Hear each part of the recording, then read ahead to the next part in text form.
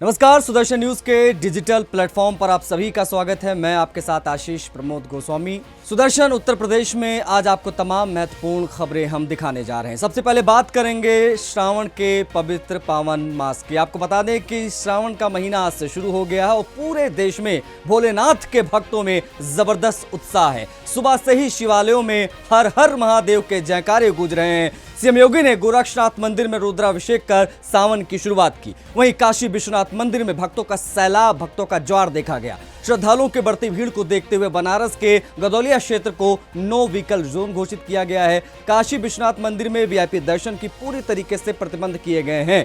अयोध्या के क्षीरेश्वर महादेव मंदिर में भी लंबी लंबी कतारें दिख रही हैं। 11 जुलाई से कांवड़ यात्रा शुरू हो चुकी है और बड़ी चीज ये है कि इस यात्रा मार्ग पर अगर किसी प्रकार की कोई दिक्कत परेशानी किसी को होती है तो इन तमाम चीजों के लिए पूरी व्यवस्थाएं प्रशासन ने कर रखी हैं। किसी की आस्था से खिलवाड़ ना हो, उसका विशेष ध्यान रखा जा रहा है। विशेष तौर पर एफएसडीए ने भी कमर कस ली है और जगह जगह पर तलाशी जो है वो ली जा रही। विशेष तौर पर देखा जा रहा है कि जो ढाबे हैं वहां पर किस प्रकार के भोजन इत्यादि की व्यवस्था है, ताकि जो भोले जा रहे हैं कांवड़ लेकर उनको शुद्ध खाना, शुद्ध भोजन मिल पाए, उनके आस्था के साथ किसी प्रकार का कोई खिलवाड़ ना हो।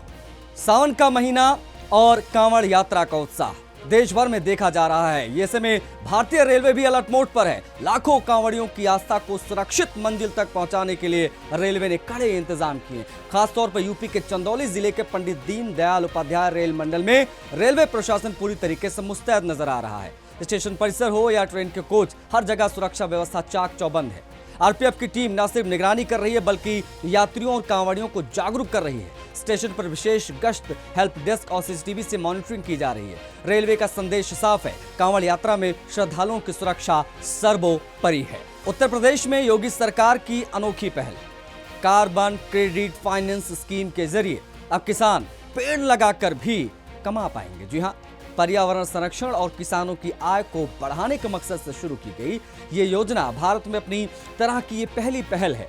इस योजना के अंतर्गत जिन किसानों ने अपनी जमीन पर पेड़ लगाए हैं उन्हें आर्थिक लाभ भी दिया जाएगा। अब तक 244 किसानों को कुल 49.55 लाख रुपए का भुगतान किया भी जा चुका है। ये किसान कार्बन क्रेडिट सिस्टम के तहत किसान पेड़ लगाकर पर्यावरण के साथ अपनी आमदनी भी बढ़ा पाएंगे।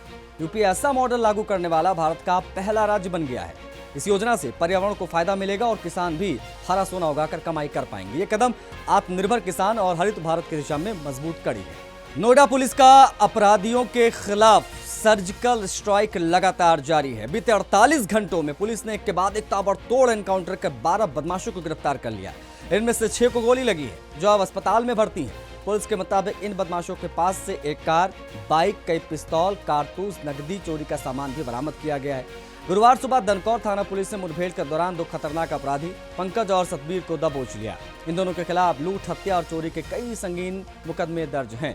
लगातार हो रही इन कार्रवाइयों में आम लोगों को राहत है तो वहीं बदमाशों में खौफ स्पष्ट रूप से दिखाई दे रहा है। नोएडा पुलिस के इस ऑपरेशन को मिल रही बड़ी कामयाबी और इसकी हर तरफ सराहना हो रही है। यूपी के बलरामपुर से बड़ी कार्रवाई की तस्वीरें हमने आपको दिखाई। धर्मांतरण गैंग का मास्टरमाइंड सरगना जिहादी जलाउद्दीन उर्फ छांगुर पीर की आलीशान कोठी को बुलडोजर ने ध्वस्त कर दिया। प्रशासन ने लगातार 3 दिनों तक 10 से ज्यादा बुलडोजरों की मदद से अवैध निर्माण को जमींदोज किया। नेपाल बॉर्डर से सटे उतरौला इलाके में जिहादी जलालुद्दीन उर्फ छांगुर पीर ने ग्राम समाज की जमीन पर करोड़ों की कोठी खड़ी कर रखी थी, जिसे योगी सरकार के बुलडोजर ने ध्वस्त कर दिया। विदेशी फंडिंग से इसको बनाया गया था। 5 स्टार होटल से कम नहीं थी यहाँ की सुविधाएं, लेकिन अब ये अवैध किला मलबे में तब्दील हो गया। जिहादी जलालुद्दीन उर्फ छांगुर पीर धर्मांतरण खेल में लंबे वक्त से लिप्त था। यूपी एटीएस की गिरफ्त में आने के बाद प्रशासन ने उसके काले साम्राज्य का शिकंजा कस दिया है। इसी के साथ सुदर्शन उत्तर प्रदेश में फिलहाल इतना ही। बाकी देश और दुनिया की तमाम खबरों के लिए सुदर्शन न्यूज के इस डिजिटल प्लेटफॉर्म के साथ भी जुड़े रहें। जय हिंद।